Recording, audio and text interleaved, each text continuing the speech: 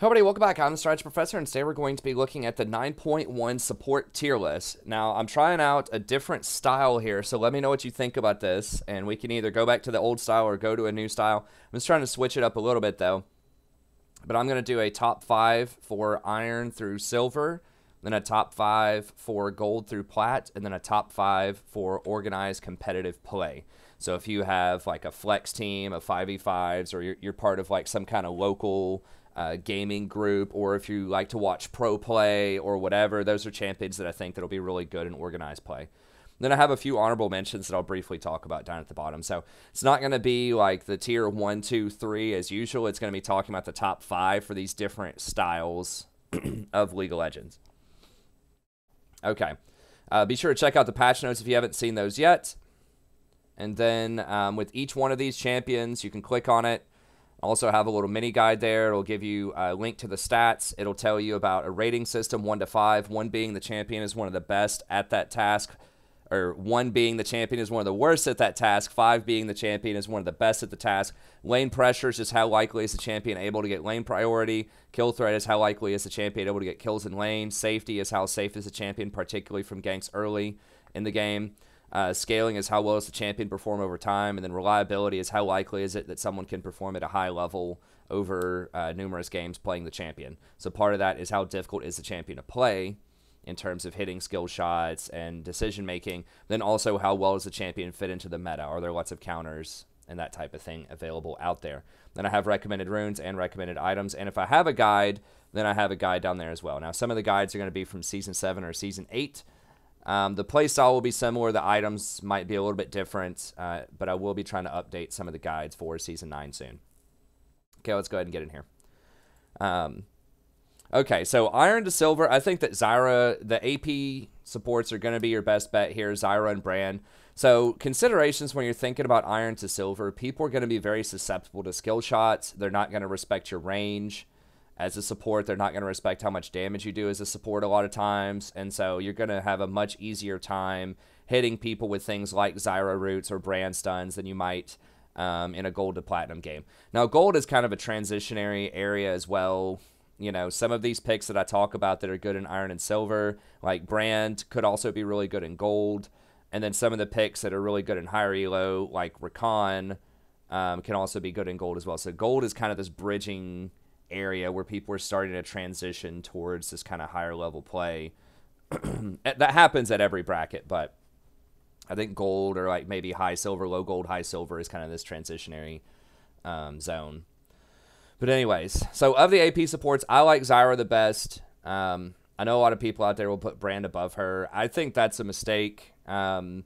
If you're really good on Zyra, she offers a couple of things that I think are a little bit more beneficial than Brand. Number one, she can engage in the lane anytime, anywhere. She does not have to have a clear line of sight. So with Brand, to land his stun, you have to have no minions in the way. So that means you have to walk out to the sides of the minion wave. And that's going to expose you to skill shots from things like Thresh, Blitz, Pyke.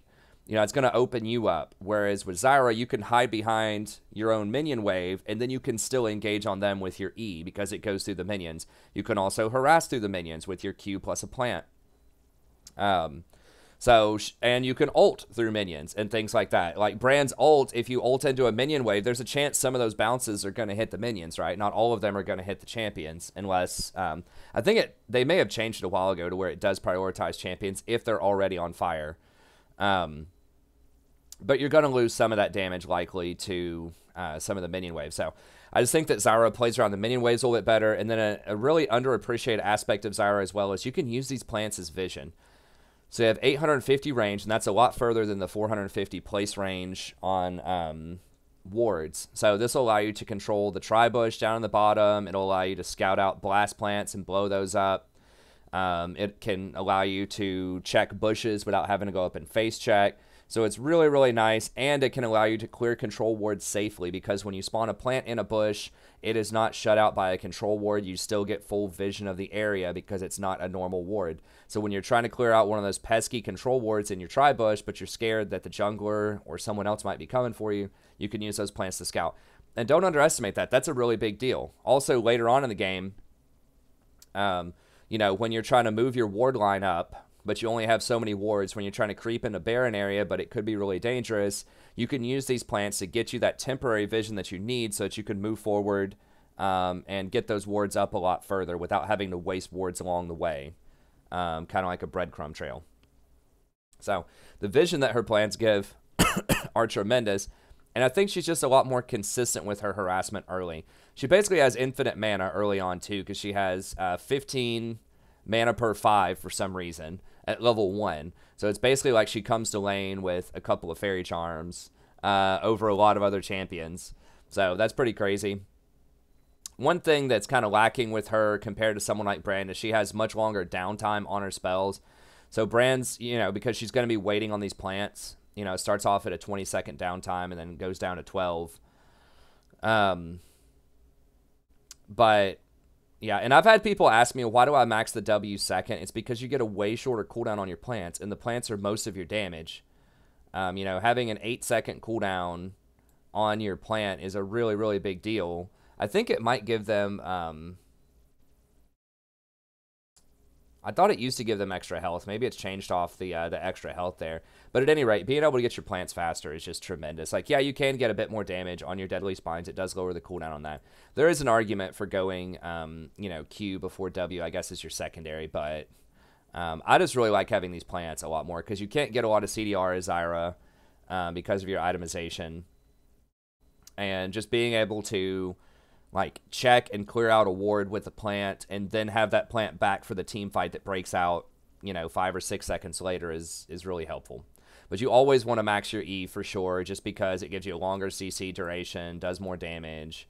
It's just everything that you want. You just want to hold them still, keep them in the plants for as long as you can. Okay. So that's pretty much why Zyra is really strong. If you play Zyra correctly, you're going to win almost every lane, no matter what. Also, those plants are really good, like because they can block Blitz hooks, they can block Pyke hooks, Thresh hooks, all that stuff. So you can hide behind your plants if there aren't any minions there. Or like if you use an E plant on the Thresh, if you spawn that plant in front of him, most people's reactions, if they get hit with something, they're going to immediately try to hook and hit you back. And a lot of times, if you do that, they're just going to hook the plant. So she's very good against those grab type of champions. You can even defend your ally if they're about to get hit by a hook. You know, if you're fast enough, you can use like a Q plant on them to pop up a plant to block for them. So that's kind of some advanced stuff there. That could be pretty cool. Malzahar used to be able to do that back when Malzahar support was a thing, and that was a really cool aspect of his kit, is he could drop those minions down and block hooks for himself and other people. Malzahar support was pretty interesting back in the day. He's pretty overpowered, but he was interesting. Anyways, you always want to go Taste of Blood, Eyeball Collection, and then Dark Harvest is going to be if you want to have like some more poke damage and like multi-target damage. The electrocute damage is really like for single target burst, and that's okay if you think you're going to be able to hit all 3 spells on people consistently, but the Dark Harvest does allow you to proc over time. It's really easy to trigger Dark Harvest. If someone is like, you know, glowing red and you could trigger Dark Harvest on them, you can just spawn a Q plant, you know, at like 800 range away. Its range is 750. So you can, you know, basically trigger a Dark Harvest stack pretty much for free from like 1,500 units away on people. So it's really easy to stack that up. You get resets during fights very easily. You can trigger it with your plants going everywhere. So I think Dark Harvest can be pretty good a lot of the time. You can go if you don't think you're going to take a lot of harass in the lane. So if you're against a tank, if you're against something like a Braum or an Alistar or a Tahm or something like that, you can get Ulti Hunter so that you have more ultimates up. But I think that Ravenous Hunter is the more reliable pick just because it is going to give you some more sustain in the laning phase. It doesn't sound like much, but even if every plant shot and every spell that you land only gives you 1 more HP, like, that's still a lot. It'll give you a little bit more than 1, not much early on, but it does heal you up for a decent chunk. And later in the game, when you get a lot of stacks of Ravenous Hunter, you're getting like 15% spell vamp or whatever, then it does add up quite a bit. So that's handy. And then I really like Presence of Mind and Coup de Grace. Some people have asked, well, can you not do like Absolute Focus and Scorch? It's like, you can, you know, that does add in some more harassment early on, so... you know, that is a possibility. You could even do the old Comet build if you want. Which is still decent on her because your plants do lower the cooldown on Comet every time they land a hit and things like that. The problem is she doesn't need mana flow bans because she gets so much mana regen early and you're always waiting on your plants anyways. Absolute Focus is really good as long as you don't get poked out below that 70% mark. And then Scorch is okay, but it has been nerfed over time. So those two are still pretty decent, but I like Presence of Mind. It gives you lower cooldown on your ult. Once again, you can't get a lot of CDR as Zyra because of her itemization, because you want Morellonomicon and Leandries and Sork Boots. So having that little bit of CDR on your ult is nice, and then Coup de Grace is very strong as well, particularly with Dark Harvest, because it's going to make Dark Harvest do more damage. So I think that that's really nice. It gives you, once again, the 70% or the 7% extra damage if the target's below 40% health. So I really like Coup de Grace and Presence of Mind. This has always been good on her, these two, but before you had to have the attack speed before they changed the way that runes work, so now you don't have to waste stats on the attack speed. You can just get all AP early. So this is the rune set that I like. You can switch over, like I said, if you want more single target burst damage to the lightning if you want, but I like Dark Harvest a little bit more. Electrocute. Okay, and then you just usually want to go Sork Boots. Often, I like to get...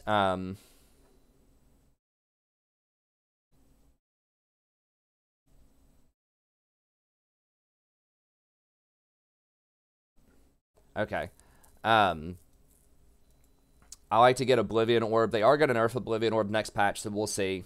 But that extra spell pin is so strong early on, and then work your way towards either Leandries or the full Morellonomicon, depending on how the game's going and how much gold you have. But usually you want some combination of these items. Just the order in which you get them can vary depending on what's going on in the game and how much gold you have. If you're super rich, you can get Leandries a lot faster. But if you're just backing and you have somewhere around, you're building towards about 1,500 gold, or you just have like your Amp Tome and your Ruby Crystal and you're limping in with like 650 or something, I'll just go ahead and finish probably the Oblivion Orb first. It's just a faster power spike. If you're not super rich. If you're super rich, you can go ahead and finish the Leandries. So basically, Leandries is better if it's finished at 3,100. The complete Leandries is better than a complete Morello. But the 1,500 piece, the Oblivion Orb, is better than Haunting Guys in a lot of situations early on. Really long team fights against tanks, maybe the Haunting Guys would be a little bit better. But for faster fights where you're trying to blow somebody up in one rotation, Oblivion Orb is going to be a little bit better. Okay, so that's Zyra. Brand is the other one here. Now, Brand, like I said, he does have some advantages early on. I like Zyra in most situations. A lot of people will favor Brand as well. So Brand is going to have more uptime on his spells. You notice a lot of his cooldowns. His Pillar of Flame is the big one. That's on a 10-second cooldown. But if you think about Zyra and like her plant harass, early on it's on a 20-second cooldown because you're waiting on those plants, aside from the free ones that you get. So he's going to be able to cast a lot more spells early on, and the harassment with the W, which is what you want to max first, is pretty good. Even if you don't land the full combo, you're going to be landing 75, but then you're also dealing this extra damage, percentage damage off of his Blaze. And the Blaze can still trigger Dark Harvest, so keep that in mind. It does. The only thing that they changed about the Dark Harvest stuff was pretty much Leandries. Like, Ignite still triggers Dark Harvest. Blaze still triggers Dark Harvest. So that's still going to be a really good rune on him. And obviously, if you get the stun and then you get the full combo, most people are going to die. So you can still harass with the W as much as you want, but you're going to have to walk out in the open and try to land that Seer. The typical combo you want to do is try to land your W and then go for the Seer and then walk up for the Conflag. You can walk up if you're feeling really frisky. You can walk up and try to Conflag them and then land the stun and then the W. That's the most damage you can possibly get on the combo. But like walking up for this is such a short range of 625. It's a lot harder to land it versus if you land this at 900 and then you land this at 1,000, then you're going to be able to walk up and finish this off a lot of times. So it just depends. Against tanks, maybe you can go for, a Conflag Fireball. But a lot of times when you're walking up this close to try to land this, Alistar is going to headbutt combo you. Leona is going to engage you. Nami might bubble you. Zyra might root you. There's a lot of bad things that happen when you walk up this close as a mage, potentially. So, I would just go for the safer W. If you land it, you can look for Q hits. Usually if they get W, they're going to try to run away so you don't land the Seer. If you're pretty sure you're going to be able to hit it and it's going to be a kill, you could even try to flash Serum after you W them if they let you get that close. But, yeah, I think the safest standard combo is just go for the W harass. If you see an opportunity, land the Seer. If you do hit the Seer, then finish it off with the con flag. And then Pyroclasm, very, very good in team fights. So Brand is potentially better if the enemy team has like 3 or more melees, particularly that don't have a lot of mobility. So that Pyroclasm's going to bounce around and hit a bunch of people, and they could potentially explode on each other. So he's really good with people that can hold enemies still. So like if you have an Amumu on your team, or a Kennen, or like maybe a Sejuani or a Malachi, or just something that's going to be able to lock people up for a while, the Pyroclasm can be pretty good. It is on a shorter cooldown than Zyra's ult too, so you can use it more often. I think that Brand in general is easier to use because you don't have to combo the plants. Although it is, I think, probably harder to hit a WQ than it is a Zyra root. It just kind of depends on the situation. Just be aware if you pick Brand, if they have something like Braum or if they have something like Yasuo, then the Braum shield and the Yasuo wind wall can completely make the Pyroclasm disappear. So, you know, beware of that. Zyra's plants get around all of that. The shield and the wind wall can block the E going in, but it doesn't stop the ult and it doesn't stop the plants from spawning and firing. The range plants can get sucked up by the shield and the wind wall, but the melee plants can't. So I think Zyra has a little bit less counterplay in that respect to some of the other champs. Another thing is like Zyra potentially has more single target all-in kill threat, just because like the Pyroclasm really doesn't do any damage if you catch someone out in the open and throw it at them. You might be able to blow them up 100 to 0 with just a conflag, Seer, Pillar. But I think that Zyra, E, Q plus 2 plants, ult, and then getting hit like 6 times by enraged plants after they're knocked up is going to be a lot more single target burst than Brand will be. In like a bush out in the open type of situation where you're just like one-on-one, you're killing the enemy Alistar as he's walking by or something like that. Okay, so Brand's still going to be pretty strong. Dark Harvest, Taste of Blood, Eyeball Collection, Ravenous Hunter, and then he does need Mana Flow Band and Scorch. Okay, you could do Absolute Focus instead of Scorch if you think you're not going to get poked out that much, but he 100% needs Mana Flow Band. And then his itemization is going to be similar. It's going to be Leandry.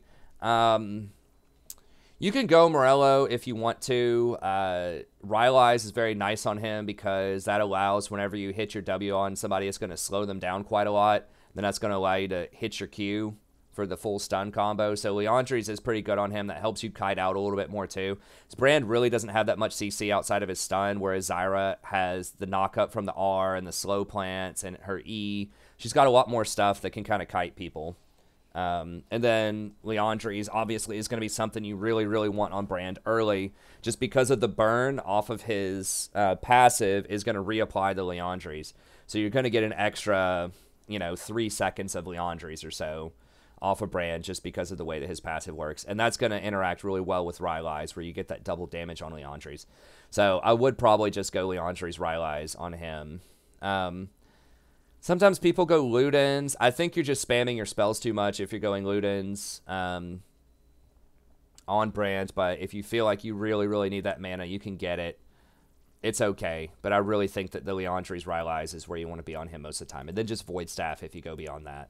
If you're like mega rich. The game's probably over by then. But okay. Sona's another one. Now, Sona is one that I would recommend for a lot of people just perennially. She's going to be very, very strong, particularly at silver and lower, and that's just because she's very consistent. She's so easy to play. She only has one skill shot with her ult. She has good harassment early. She has a really powerful team fight with that ult, and she just scales harder than like any other support in the game with a lot of gold.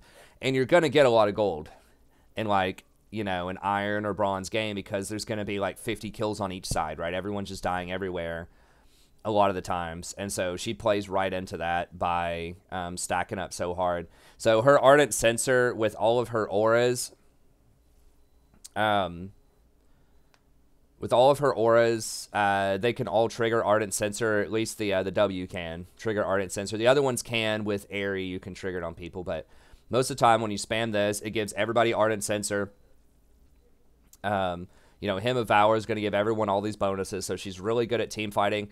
Check out my Sona guide. I did a recent one about halfway through last year. I explained all the numbers and stats, but basically, like, you're just getting thousands of effective HP when you start stacking up your Aria of Perseverance, particularly when you start getting some AP and plus healing and shielding off of things like Ardent Sensor, off of Athene's Unholy Grail. So typically, once you get Ardent Sensor plus Athene's, it's almost unstoppable. If the fight goes on for more than 5 seconds, you're going to completely crush them, right, Rory? Because you're going to be spreading that Ardent, you're spreading Airy to everybody, you're doing damage with him, and then recycling that damage into healing through the Athene's Unholy Grail, right, Rory? Yeah, it's a camera. Yeah. Yeah. Yeah. Good job. You want to put on your glasses, Rory? Here, let's put on the glasses. Comic intermission here. Let's see if we can get her with him. What do you think about him, Rory? Yeah. Ha ha ha. Are you saying camera? Yes, that's how she says camera. She knows. She knows it's a camera.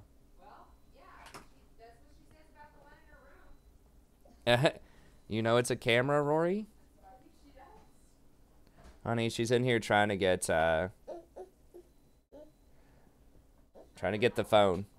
Anyways, so very consistent, puts out really good harass early with her Q, scales super hard off of 2 items that are both very cheap, and can just take over a game. The one thing is you have to be very, very careful when you're going against something like Brand or Zyra or Leona. They can all, if they hit you with anything, they can all blow you up. And if you get ganked, you're going to get blown up and murdered. So it's very frail. You need to be very careful. But if she's left alone, she is one of the strongest traders in the game early on, just for light trades early with the Q and then the W healing. Now, old school builds used to go tier. I wouldn't go tier anymore. I would just get a bunch of fairy charms early on. So you get 2 fairy charms. You could even get up to 3 fairy charms early on and just use 2 of them to build into Ardent Sensor. Then you can use the other one to eventually build into... Oh, did you find something fun? Go show mommy. You playing with the kitty? She's trying to pet the kitty? Uh-oh. So yeah, I think with enough fairy charms, you don't have to get tier anymore after it got nerfed. The tier build is just kind of a waste. It's 850 gold you could be spending towards your Ardent Sensor. Sadie looks offended. So yeah, that's how I would build her out. So yeah, the big things you're going for here, Ardent Sensor, Athene's. Then after that, you can kind of decide. I think Redemption is a really good choice. It's got a lot of extra plus healing and shielding. You can get something like a Mikhail's if you need to. That kind of has some anti-synergy with Unholy Grail, but whatever. It still gives you plus 20% healing and shielding, and that's going to be really, really strong on her, and it gives you a free cleanse. So she does have some versatility in her build, but super, like, glass cannon, like, mega healer. You could also substitute Soraka in here. I know a lot of people are fans of Soraka on the channel as well. You know, Soraka could fit this mold also. You know, has really good harassment early, really good scaling later. I just think that Sona has a little bit more reliable speed with her E, so that she can kind of zip around the map a bit faster. And she has that AoE, you know, stun for team fights, which is good. I mean, Soraka does have the ult, the AoE ult, which is really nice. So, I mean, you could substitute in Soraka into this role if you want to. I think Soraka's maybe a little bit more dangerous, but has a little bit more global pressure. Can be a little bit more overwhelming with her healing if they don't have anyone to dive or assassinate the backline. I think Sona has a slight bit more survivability there, barely, just because she doesn't hurt herself to heal, right? So she can kind of heal herself. If she's in a real, like, hard pinch, she can get something like a Ninja Tabby, you know, early on to get a bit more survivability. And she does have that stun to help herself. Soraka does have the silence, which is nice, but that's not the same as, like, if a talent jumps over a wall at you and is, like, running at you. You know, that stun might be able to save you long enough for your team to help out, whereas the silence is not going to do as much. So they're different, but but it's somewhat interchangeable if you prefer Soraka to Sona. I just think that Sona's a bit more reliable and a little bit better in team fights. Okay, Leona's another one that I'll mention here. So Leona has really strong engage, and she's one of the best like 2v2 all-in champions in the bot lane if it's a 2v2, if their jungler never comes down there. So you need to make sure that you have really good ward coverage, and that your jungler is either going to be down there to help you out or is going to have priority. So if you have something like a Master Yi on your team and the enemy team has like, you know, a Lee Sin or a Xin Zhao early, that's going to be rough because they could camp you and Master Yi's not going to do anything to help you probably early on. He's just going to be power farming the jungler. So ideally you would want to pick Leona if you're pretty sure that you're not going to get camped or roamed on. But she's very good with all-in kill lanes. If you have a Lucian or a Draven in particular in the bot lane, you can just snowball really hard. You know, if you ever hit them with an E, they're dead. She has a ton of CC. Her E can go through minions. That's a major perk of her in the laning phase, is she's always a threat, kind of like Zyra, because she doesn't have to have an open field shot. So she can just camp herself right in the middle of the minion wave if you have a really oppressive lane, and they're never going to be able to touch that wave without the threat of the Zenith Blade coming through. So pretty simple once you get her. It's a point-click Zenith Blade. If you have time, if they don't have a lot of mobility, you can auto-attack and then reset your auto-attack with a Q to get the stun afterwards. If they do have mobility, you know, then you might want to go ahead and just warm up your Q while you're Zenithing in to make sure you get that stun off. And then the Solar Flare is on a really short cooldown, 90 seconds. And that's a really good chain. You know, if you Zenith in, Q, Solar Flare, they're dead. Or if you want to get fancy, you could even Zenith Blade stun, wait for them to flash, and then Solar Flare them after that. So it can also engage from a really long range if they don't have a flash or a dash. If you're facing something like a Jinx and their flash is down, you can engage on them from like 1,200 away. Or if they have like a Diana middle or something like that. Oh, you have all the remotes, Rory? Did you find the remotes? Yeah.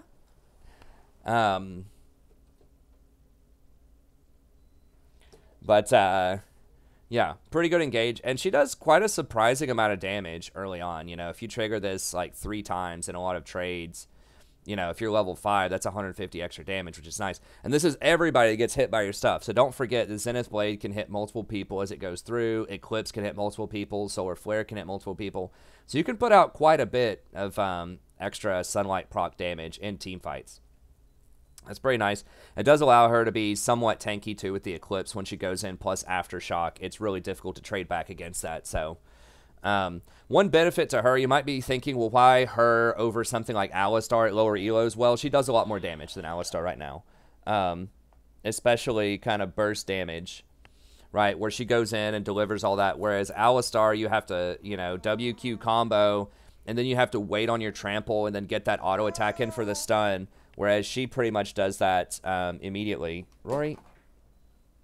She pretty much does that immediately whenever you go in.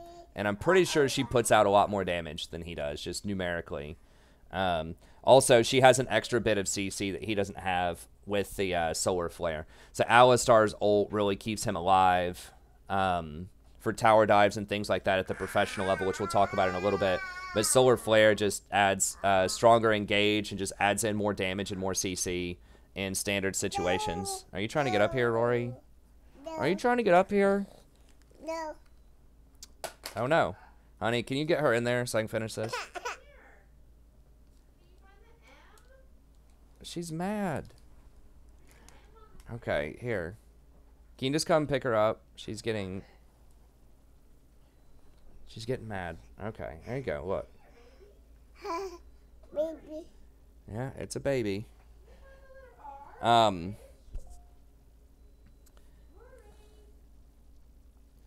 Okay.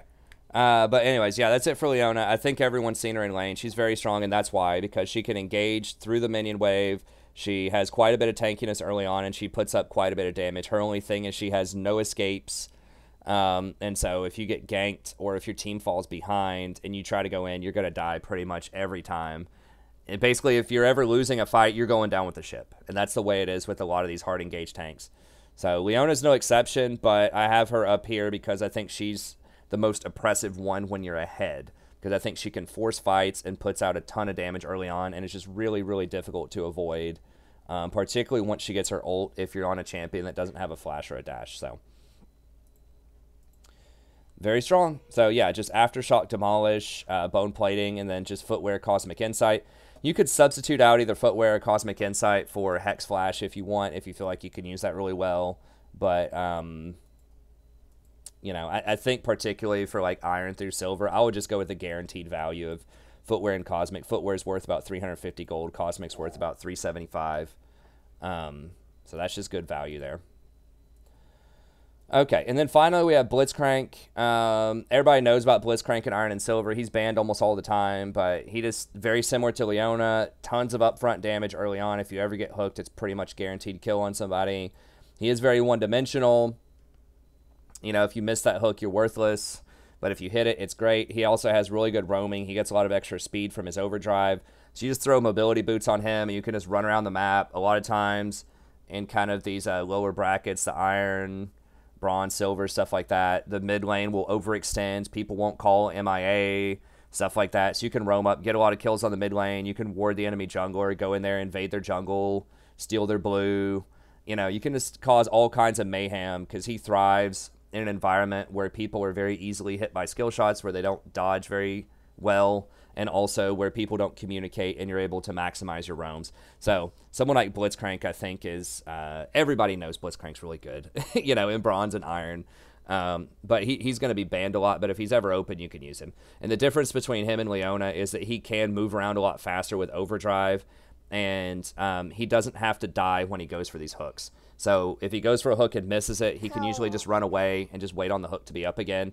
And he does a ton of damage. I mean, it's 100 base damage, and then his ult does 250 base at level 6, and he has a 100% AP ratio on each one of those. So very, very strong champion if you just run around and constantly land those hooks. Okay,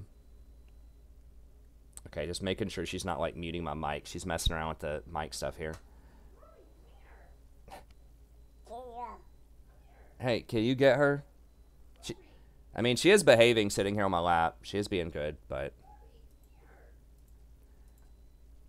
I would like to finish the video in under 3 hours, too. Okay, so gold to plat. Going to be some similarities. Zyra, I think, is still going to be good gold to plat for a lot of the reasons I just described before. She, you know, she can get ganked. She can get shanked early, but she's so oppressive in the lane. She has such great scaling and team fighting with her ult that I think she's still going to be really, really strong through gold and even through plat if you get proficient on her. Okay, Rakan is a new person that starts to come online. You can win with Rakan in lower elos as well. It's just, I think, a good strategy for, you know, winning in particularly like the Iron through Silver brackets is you just want to dominate lane, because people are just going to let you hit them with all of their skill shots. A lot of the time, they're not going to respect your damage. So a lot of these like hard damage, hard engage champs, you know, like Brand, Leona, stuff like that, are going to be very proficient there. People start dodging stuff a lot more in gold and platinum. And so having someone who's reliable, it becomes a lot more valuable. So someone like Rakan becomes a lot stronger with his ult plus W, because it's extremely difficult to avoid that most of the time. There you go.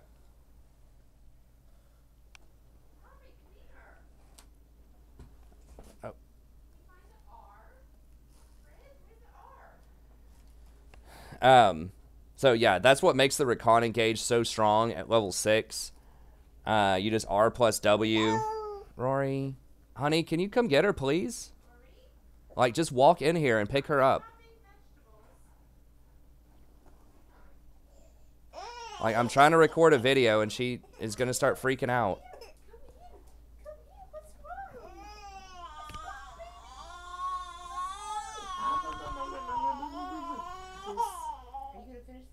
Probably not. No, that bread feels like it's just bricks. Okay. All right. So, I mean, obviously I love having my daughter around, but, like, doing these videos, it's just impossible if she's just, like, climbing all over everything and, like, trying to smack the keyboard and, and stuff like that. So, We had her in here for a little bit, but she's getting really squirmy. She'll be fine. We'll get her. She's got some toys and stuff in the other room. She just really likes electronic gadgets and like smashing keyboards and clicking the mouse and things like that. And obviously that's not that's not going to be great if we're trying to get through this video. We'll let her do that later. So yeah, that's where Rakan comes in. Is he just got that nice guaranteed ult to start team fights. You know, he's kind of tanky too. So against assassins, if assassins get fed in the mid lane, which is going to happen a lot in gold and platinum, you're going to have assassins mid, you're going to have assassins top, assassins in the jungle, just assassins everywhere. People start to get pretty proficient on those around these brackets. And that makes, you know, champions like Brand, Sona, even Zyra to an extent, a little bit more vulnerable. And so Rakan becomes a much better pick because he itemizes into Zeke's early on, and then he can also get Knight's Vow, and if he has to, he can get a defensive boot like a Ninja Tabby or a Merc Treads if he has to. So he can go triple defensive item early, but he still has a lot of mobility. So you can go in, like you can evade ganks really well, you're going to be resilient, you can start fights. If people don't follow up on your start, you can get back out with your E most of the time. He's just super mobile, he can start fights, he has a very flexible build path.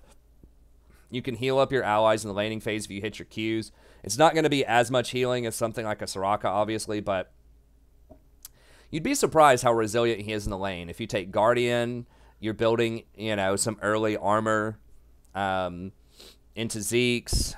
You've got your Q. You've got bone plating. There are just so many things they have to cut through in order to actually do a lot of damage to you. And so he is pretty resilient in the laning phase to moderate poke. And so that's why I like Rakan. It's like, and if a gank comes in, he's so great with ganks because you can E onto your ally to shield them. That gives you like 600 range. And then you can W after that, which is another 650 range. So you can effectively like get onto somebody from like 1250 away easily with Rakan off of ganks. So he's very, very good on ganks, particularly if your ult is up. And that's part of what makes him so dangerous. It's just like impossible to get away from that guy.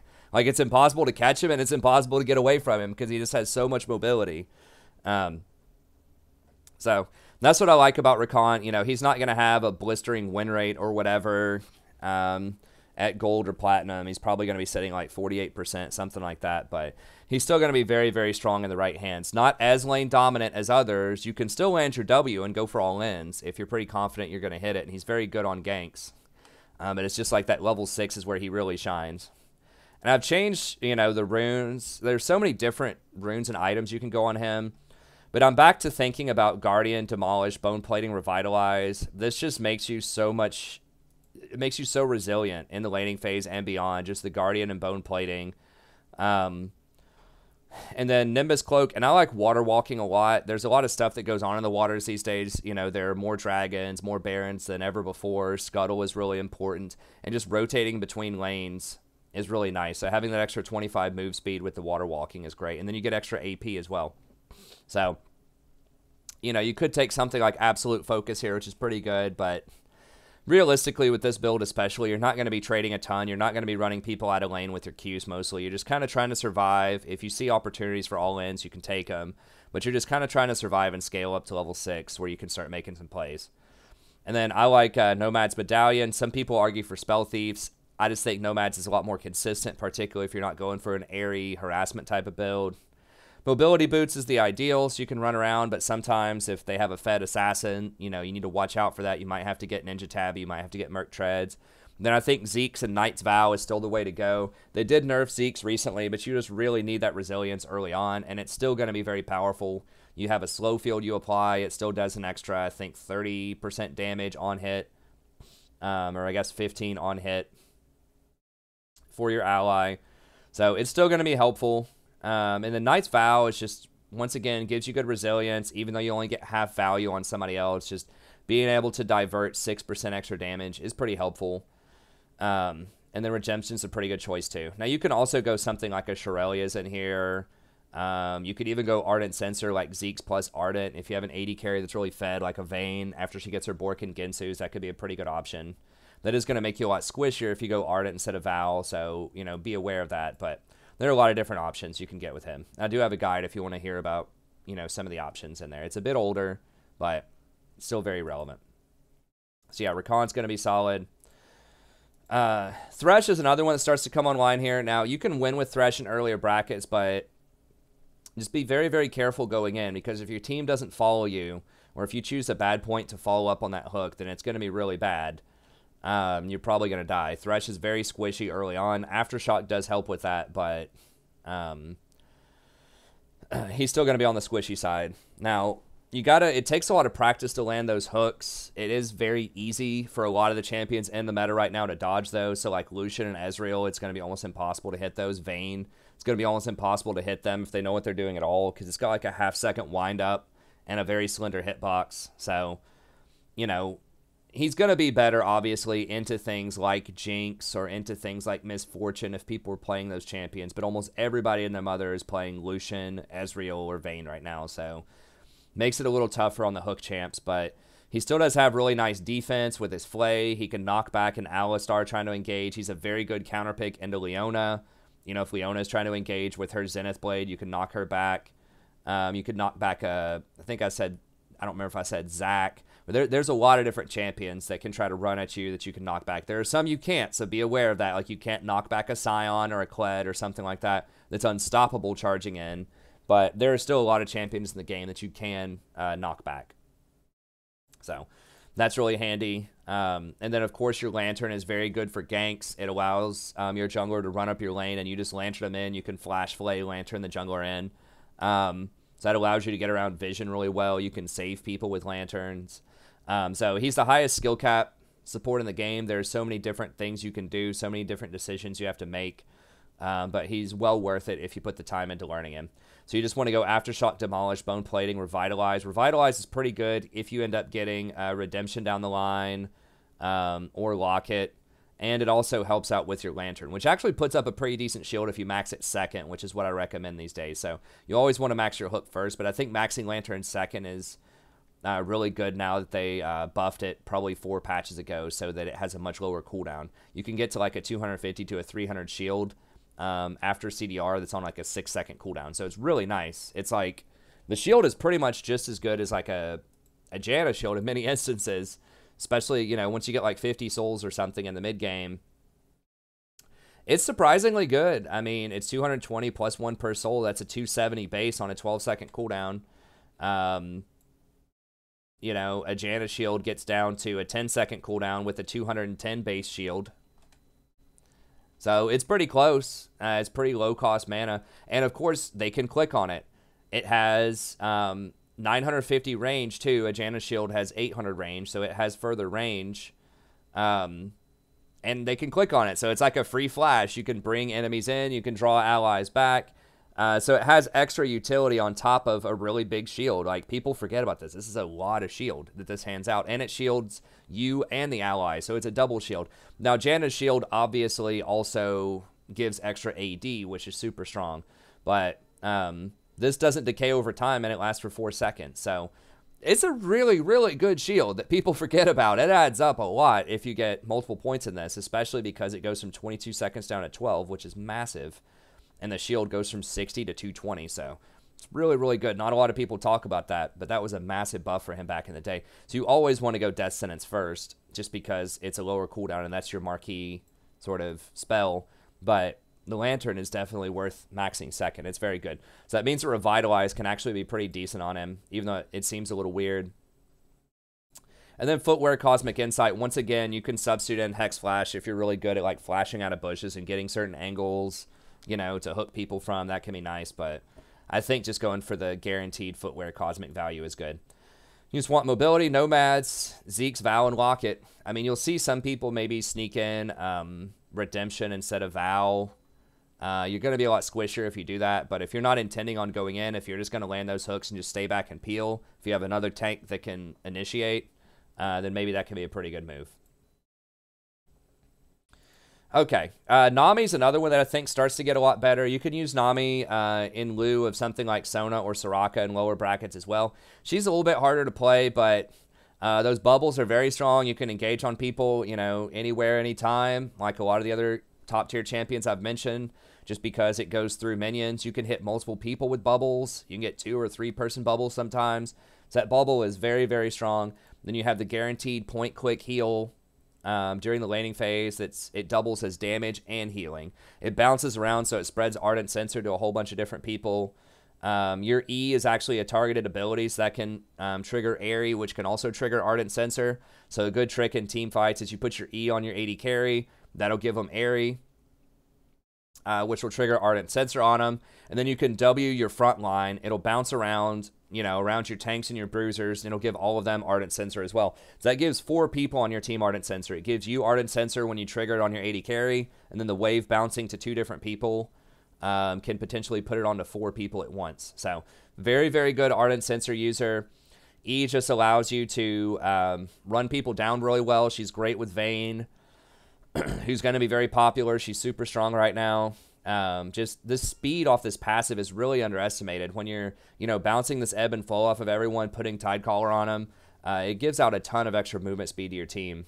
And then, of course, you have the 120-second ult, which is pretty slow moving, but very long range, very wide hitbox. So it's a strong follow-up CC. So if you have someone like a Sejuani or an Ornn that kind of starts the fight, and then you can throw that in there while everyone is slowed or distracted, then that can be very strong. Or obviously if you throw it out of a bush or something like that and they don't see it coming, that can be very strong. Does pretty respectable damage, but also applies a very long slow for up to 4 seconds, which is usually you're not going to get it that long.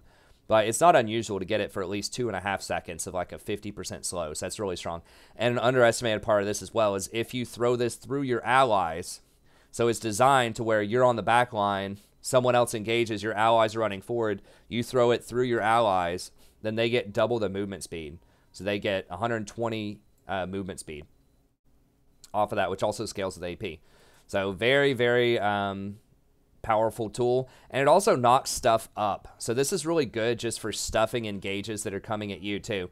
So, you know, if Rakan's about to engage on you or Alistar's about to engage or whatever, you just throw this at them. They can't jump through it. It's really frustrating to try to run around it because it's huge. I know this. I played a lot of Rakan and Nami. A Nami who times this right is just really infuriating because she's going to stuff your engage. So very, very handy champion. You know, has a bit more sort of intricacy to her kit than something like a Sona or a Soraka in many cases, but once you learn her, she can be very strong. Scales very well. Great Ardent Sensor plus Athene's user. Just kind of like a slightly harder to use and slightly safer Sona because her ranges are much further back. So, you know, you can throw the Tidecallers on from 800. You can throw Ebb and Flow from 725. But to get the maximum use out of Sona and those auras, you have to stand within like 450 of people so they get tagged with the shield. So Sona, if you're really trying to give out all those bonuses, you almost you have to be pretty close to the front line. Obviously, you don't want to be on the front line, but you're going to kind of be in the middle, you know, whereas Nami can play really, really far back with her spells. Okay. So yeah, just Airy, Mana Flow, Absolute Focus, Water Walking, then Bone Plating and Revitalize, and then Mobility Boots, Frostfang, Ardent Athenes, and Redemption. You want to know more? I've got a guide there for you. Okay, and then finally Pyke. A lot of people are split on Pyke. He's very annoying to play against, but realistically, his win rate is not, like, insane. It's the same could be said of Rakan. My thing is, like, Pyke is just so squishy if you go for the full-on damage build, which is what they want you to do these days with Dustblade and Ghostblade and things like that. He's very, very strong with that, but it's hard to afford those as a support unless you get really fed. And he doesn't apply that much guaranteed lane pressure. Like, you can do your flash stun, maybe. You can try to land some hooks and things like that, but you have to weave those around minion waves. It's just not going to be as guaranteed as something like a Zyra. And I just don't think he's as versatile as someone like Thresh. Like, Thresh has extremely good peel. He has lots of defensive tools. And he can land hooks and flays and things like that. Whereas Pyke is pretty much all offense. Like, his peeling's pretty terrible. You know, because if you hook somebody to try to peel them off your AD carry, half the time you're just going to pull them even closer to your AD carry. Like, your stun doesn't really last that long. It's okay. A lot of times you have to put yourself in danger to maybe stun. You have to get in close to them. So the tank Pyke was a lot stronger, I think. You can still go tank Pyke with the Frozen Heart and things like that. It's not nearly as good as it once was. But he's okay. He's just a riskier champion. He is very good against squishies. If you're going to land a lot of hooks against things like Sona, Soraka, Nami, things like that, you can definitely blow them up. And if you get a lot of resets in a fight, it does generate a lot of extra gold for your team with ult resets. So he is very dangerous. He is very effective. He is very strong, but he's also very dangerous. So you still want to go Aftershock on him. Most people are going to be going the Dustblade, Ghostblade, Edge of Night build. Aftershock, Bone Plating, Revitalize does help out. You do have really nice healing off of your trades with your passive. So he can be very, very strong. It just requires a lot of practice. And then Presence of Mind and Coup de Grace. So if you're a really good Pyke player, you know, he could be up even higher, right? I mean, he could even be number 1, even Iron to Silver if you're a great Pyke player. He could be number 1. He's just a riskier pick. Okay, and then the last group that I'll mention here is competitive, organized competitive. So Rakan, already mentioned that before. I think he's going to be I believe he was the most contested pick at Kespa, which is the Korean Esports Association, which was played in December on patch like 8.24.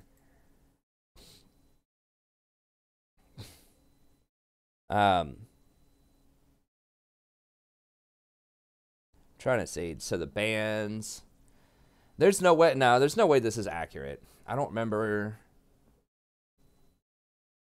how many games. Yeah, there's only 8 games. Oh, that's C. Okay, that's not the Kespa. Where's Kespa? Click on this and see. The games that I watched, he was very, very highly contested. He was like pick ban almost every game. Okay, so he was the 5th most banned champion and 3rd most picked champion. I still think he's going to be really strong. So I think that gives him the most presence of any support. Alistar was only banned 7 times, and he was only picked 1 more time. Yeah, and then Tahm Kench was never banned, pretty much. So yeah, he had the most presence of any champion in that tournament. There's another one, CB LOL. I'm not sure what that is. I think that's a Latin American thing. But obviously there hasn't been a lot of pro play in the last couple of months aside from the Kespa Cup. So, you know, this is just kind of my intuition about what's going to happen. But I still think Rakan's going to be a great pick. You know, just that guaranteed engage. That's why you see Alistar there as well. A lot of teams really need their support, organized 5v5 teams. They need their support to start the fight because a lot of the hard engaged champs in other roles are not super popular right now, with the exception of Lissandra from the mid lane. Now, Galio can kind of, you know, he's more of a follow-up, though. Galio is awesome with Rakan and Alistar. That's another thing, is Galio is really overpowered right now, especially for pro play. And so having someone who can just jump right into the fight, start it, and then Galio jumps in is a pretty gross combo. So Rakan's still going to be good. He does have harassment early.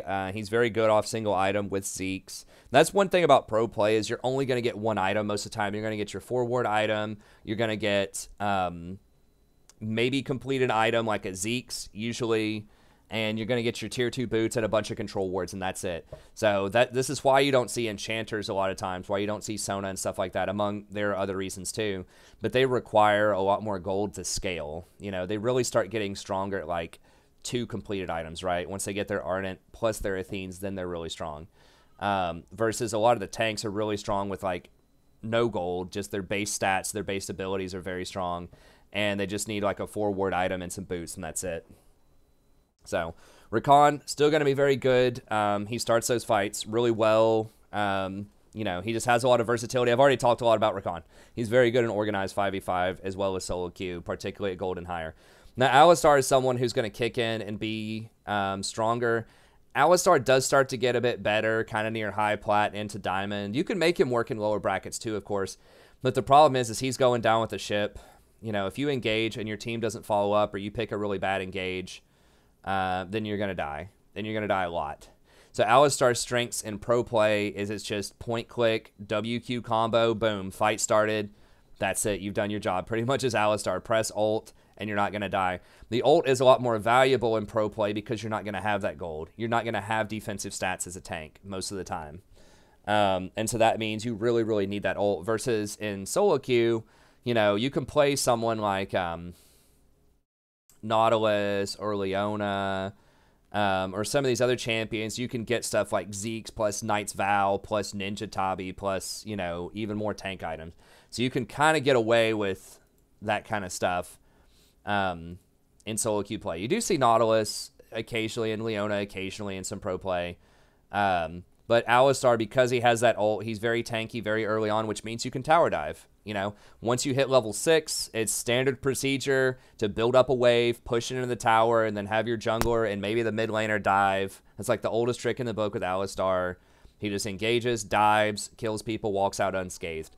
So that's obviously going to be a lot better in organized pro play than it is in solo queue, where you can't even get your jungler to come down and gank the Vel'Koz and the Draven that have been pushed up in your tower for 10 minutes. Not that I've had any experience with that. But anyways, jokes aside, you know, you can't get people to freaking do anything hardly in solo queue to think of higher order strategy. You can just ping objectives and just kind of pray for the best a lot of times. But in pro play, obviously, you can leverage that stuff. And that's what he's known for. You know, he's very resilient. He can take harassment in the laning phase. He gets that free heal. He can engage anytime, anywhere, kind of like Leona with his WQ. It's even more guaranteed than Leona because Leona has to hit a skill shot. He just point clicks on somebody. They can still dash away from it, but he just point clicks somebody and he can start the engage. So basically, he trades these two skills to do like one Rakan ult. So he can do it earlier. It's going to do a bit more damage than a Rakan ult. He can do it earlier in the game. It has a wider hitbox after the Rakan nerf. So that's important, that you have a much higher chance of knocking up multiple people in one go with Alistar if they're clumped up. With Rakan, you can run around and still charm them, but it's a bit harder. Rakan used to have a wider hitbox, but they nerfed it last year. Yeah, he's still going to be pretty good. They did nerf his damage on his E, so it used to do a ton more damage when he landed that auto attack and that stun for 1 second. So they nerfed that a little bit, but I still think he'll be pretty strong. He'll still see some good representation. He does roam around really well with mobility boots as well, so still going to be strong. Aftershock, Demolish, Bone Plating, Unflinching, and then Hex Flash, Cosmic Insight, and then you just want to go Equinox, mobility boots, Zeke's, and then Knight's Vow. Now, I'm mentioning this as well, like I said, because I know there's more and more organized events that are going out there. A lot of universities are having, you know, little esports clubs, esports events. Clash might be coming back pretty soon, where you have organized fives for prizes. You still have flex queue. And then, of course, there are people that like to watch, you know, collegiate esports or pro esports, maybe even bet on them a little bit. Not saying I condone that, but some people will bet on those games. Some people like to play in fantasy leagues. There's all sorts of stuff where people are becoming more interested in organized 5v5s. That's why I'm trying it out, covering it a little bit here. Once again, let me know what you think. If you just think like, well, that doesn't apply to me, I'm never going to do anything like that, I don't care. You know, you can let me know that, but I'm just putting my 2 cents in here. Okay. And then we have Braum, perennial favorite for, at least for the last couple of years, for pro play.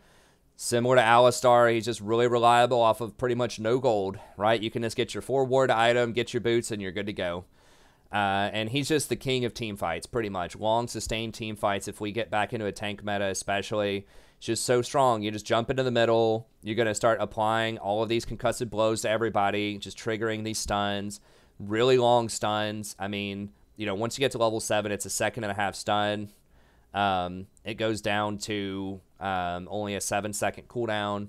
So in some fights, you might even be able to trigger it twice on people. The shield blocks like everybody from ranged attacks, not just one person. But if you just throw the shield down in the middle of a team fight, you just block all kinds of stuff coming in, right? You block Twitch, you block, you know, Kaisa. I mean, all 80 carries pretty much you're going to block a lot of their stuff. Misfortune ults. Not that you see a lot of misfortune in pro play, but that's just part of it. It's just like almost impossible to trade against this guy, especially in team fights when he throws up the shield. He's just basically blocking, you know, he's taking all the damage himself, and he's blocking like 40% of the damage off of everybody, and I'm pretty sure that stacks additively, or maybe multiplicatively, I don't know, but obviously when he has a lot of armor, it's barely going to phase him either. So he just blocks a ton of stuff, a ton of projectiles. Super good against things like Ornn, because he can completely block the Ornn horn, or like the ram that comes in.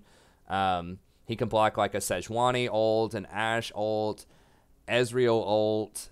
Just so many uses of this guy. And then his ultimate itself obviously causes a lot more disruption. You know, you knock people up for a second and a half, then you're stunning them for an extra 1.75 seconds. You're blocking all of their damage. You're, you know, hopping around a little bit, adding some extra resistances to people. So he's just a real pain in the butt to try to get through. It's just almost impossible to get through this guy. So he's just kind of the king of extended team fights for pro play. And so I expect to still see him represented a lot, especially when Lucian's so good. Lucian's amazing with him because Lucian's double shots apply stacks. Each one of those shots apply stacks of concussive blows. So if you land concussive on somebody, you know, Lucian can dash in, double auto attack you, and then just like auto attack you one more time, and boom, it's triggered. And that's pretty much it. He's king of level 1 also, so you can just go in and invade, get a lot of vision, maybe deny a buff or a camp or something. Just really, really strong champion. Now, you might ask, well, why isn't he so strong in solo queue then? Well, the reason is he gets outscaled when there's a lot more items in the game. So if he's trying to stare down a Sona that's got Ardent Censor, Athenes, and Redemption, and he's got his, you know, Knight's Vow, Zeke's, and like some other tank item, maybe Locket or something, then she's just going to scale through him. You notice a lot of his stuff, he doesn't have any scaling on his abilities. He's got AP on his ult. He has a little bit of bonus armor on his Stand Behind Me, but not that much. You know, he's got a little bit of extra damage on his Q, but it's virtually nothing. Whereas Sona's like giving out all of this Ardent Censor to everybody. She's giving out these crazy shields and healing to everybody. He just scales really, really poorly with items. So if the game goes late in solo queue and each support has like 3 items, you know, he's just not going to keep up with other people. So that's the thing. But that doesn't happen in pro play most of the time. Okay, so that's Braum. That's why he's good in organized play. So Ninja Tabby, Targons, and then Zeke's Knight's Vow Locket. Going to be really good. And then just Guardian, Demolish, Bone Plating, Unflinching, then Footwear, Cosmic. Now, some people do also in pro play will go for the Minion Dematerializer instead of either Footwear or Cosmic. That can be pretty good if you really need a push, like you're trying to push away a cannon minion, because it will still give the Targon stack to somebody else whenever you materialize. So materializing a cannon minion and then backing, you know, can give you a really good back window, or like going for Dragon off of that or something like that. It can help you get that push and get those extra like priority backs early on. So that's why that's a popular build in pro play. Tahm Kench has been nerfed a lot. He's still going to get played a lot in pro play. He's just the super safety net. You know, just get out of jail free card with his W. If you just want to have like a super safe AD carry where there's no way they're engaging on you, pretty much you can just run like Ezreal Tahm Kench and just farm it out. And there's just no way they're ever going to be able to do anything top lane. Or bot lane, rather. And then his ult is really good in pro play, too. It's 120 seconds, and it's basically a Twisted Fate ult for 2, which is super powerful for rotations. You can catch people out there trying to split push. If you win a team fight, you know, you can rotate over and get a tower really quickly, or start a Baron or a Dragon with your jungler really quickly. So it's just very, very strong to be able to zip around the map like that with pro play. It forces people to play back and be really scared if you're not in the lane and you're Tahm Kench, because you could teleport behind him in the lane. So he just causes a lot of fear and just a lot of pressure around the whole map with this ult whenever it's up. And he still is relatively tanky. You know, they did nerf his base stats a little bit. They nerfed his gray skin or his thick skin quite a bit. But people are still going to pick him just because of the Devour, just the supreme safety that offers, and the super macro pressure that his ult offers. So we'll see. And he's pretty good at like eating tanks in team fights, but for the most part, you're just picking him because he's a Quicksilver Sash on a stick, and he's a free like teleport on a stick too, pretty much. Okay, so just Guardian, Demolish, Bone Plating, Revitalize, and Footwear, Cosmic Insight. I don't think he had a huge win rate. No, in fact, he was the most picked champ at Kespa Cup, but he only had a 33% win rate. So people are still picking him. But his deal is like, he's just going to, in a team fight, champions like Braum are just going to, they're just going to outcompete him. You know, he did pretty well against Rakan in some of these matches. But, I don't know. I just think he's okay. He's okay. But it's basically like you're paying a lot for supreme safety. You're not going to be as good at team fighting as if you had a Braum. You're obviously not going to have the same kind of engage as if you had Alistar or Rakan. So you have to have engage at another spot on your team.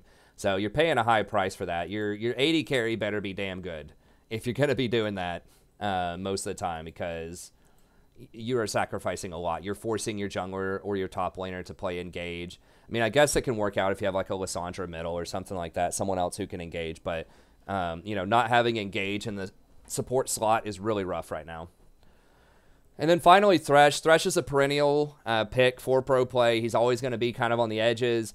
He's not as amazing against tank picks because if you hook like an Alistar, you're going to have a hard time blowing him up, or like Braum, that type of stuff. But if you do manage to get those hooks on squishy targets, it can be good. He's just going to get outscaled a little bit, you know, by something like Braum, just because Braum does so much in team fights.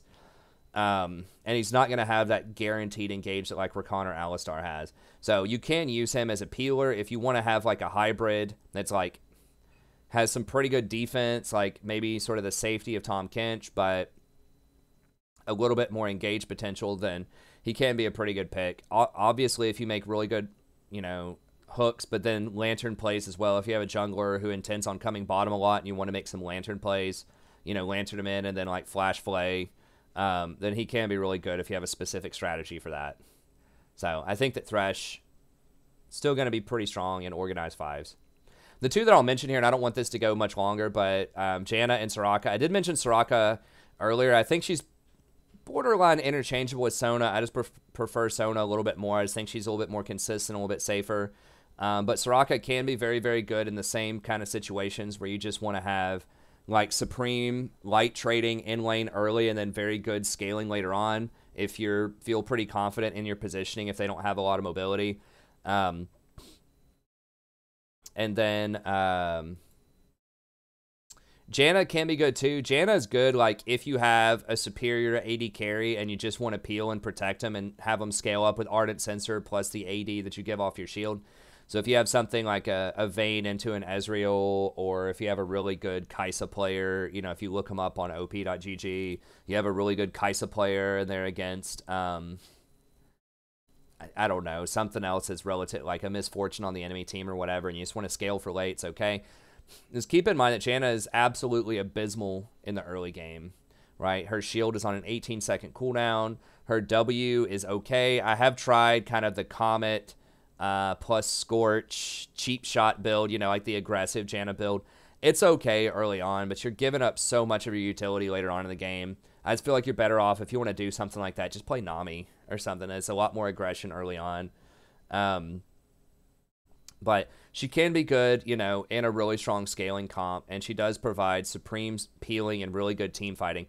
So, you know, especially in solo queues, she's a really good pick into things like Braum or into things like Tahm Kench. You could even see her in pro play sometimes in a champions like that if people are doing like a scaling comp going for late and your AD carry is really strong. So maybe not this patch, but like when they rework the AD carry items and AD carries get a lot stronger, presumably, then you might be seeing something like Janna picked as a counter pick to something like Braum or Tahm Kench. If your team has the higher scaling AD carry. So if you pick your AD carry early and you know, you pick something like a Vayne or a Kog'Maw or a Jinx or something like that, and then they pick something like an Ezreal and you're saving your last pick for support, then you could throw in something like a Janna if they go for something like a Tahm Kench or a Braum. So it's just a little more dicey with her. You know, if your AD carry fails or they're not that good, it can be rough. You can still make it work if you have someone else that can leverage your AD off your shield, like if you have an Assassin, Rengar, or Talon, something like that. You can still get some value, but she's not as good at adapting as some of the other champions like Rakan if your AD carries a turkey. So that can definitely be an issue, but she is really, really good at peeling. She's very good against a lot of these tanks, especially if the game goes long. So she's kind of like a safer version of like Sona and Nami to an extent that has a much, much worse early game. So because like you have so much peel with your tornado and your ult, and like your team fight healing with your ult is really strong. And of course, not only the shield, but the AD that you give on the shield is very good with critical strike champions. So anyways, that's going to be it. Thank you very much. I don't want this to go too long, but we'll go ahead and pop that out since I changed my methodology a little bit. But just let me know. Whoa, no, what's going on there? But just let me know what you think about the new format. I thought maybe this would be a little more helpful or a little more appropriate, just depending on where you are, which kind of game you're playing, whether it's like an iron to silver game or a gold to plat, low diamond even, or an organized 5. If you're watching that, betting on that, you're part of some kind of league, you want to play Clash with your friends coming up soon, just let me know what you think about the format. And that's going to be it. Thank you very much. Have a good day, and I'll see you next time. Don't forget, like and subscribe if you enjoy the content.